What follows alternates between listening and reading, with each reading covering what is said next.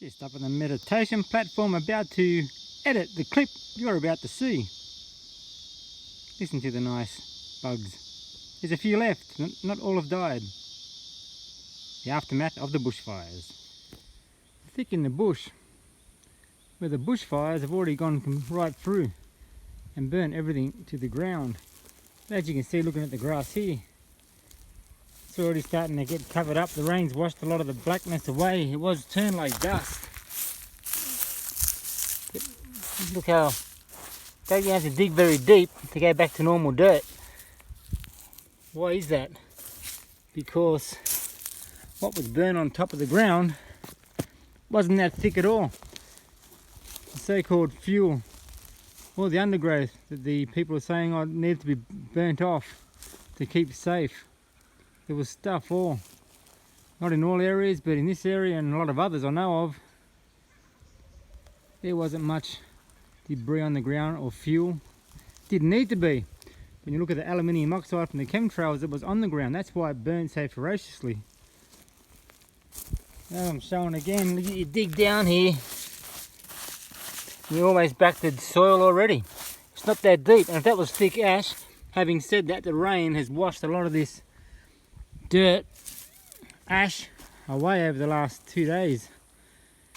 But still, sticks are falling, it's a bit windy. You look at the aluminium, they spray in these chemtrails also, the nanoparticles. I was just watching a documentary, how that's getting in our brains, in our nose, in our blood systems, throughout our entire body. And I wondered all them years ago why they had movies like Concussion. They were starting to blame headbutting a soccer ball for future Alzheimer's. Like they're already, years ago, starting to program our mind to believe when all the kids get Alzheimer's, probably younger than ever now, and especially old people, that, okay, that's because of sport. No one's ever going to look at what they've been spraying on us. And if they do work it out in 50 years, like we work everything out in 50 years, well, we work it out straight away, it's just not exposed. Like asbestos, the artificial sweeteners, they're only starting to say now how dangerous they are for your health. Even though it's been out there forever, we just don't, or the majority don't cotton onto it, and it's all too late by the time you do.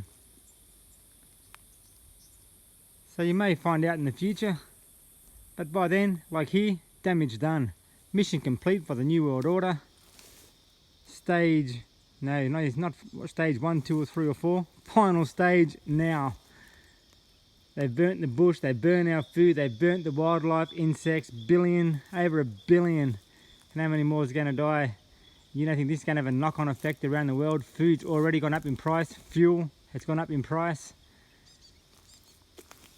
5G, the final stage. You can see how green the bush still is. How the hell did it burn through here? This has only been probably 4 weeks. You'd hardly know there was a fire 4 weeks ago. Crazy. This is where I was putting out spot fires when trees started falling down all around me, and I thought, you know what, stuff this. I wasn't sticking around when I was hearing all the trees fall. Especially when most of it was burnt by that stage, it really wasn't achieving much. There's probably more debris on the ground now than there was before the bushfire started.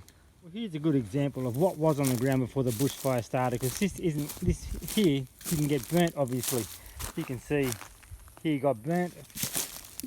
Dig down again, there's the soil, less than an inch thick. Yet that couldn't be contained, out of control. And people still think these bushfires started because of arsonists, couldn't be contained because of the debris. I suppose the truth is far harder to believe than the lie.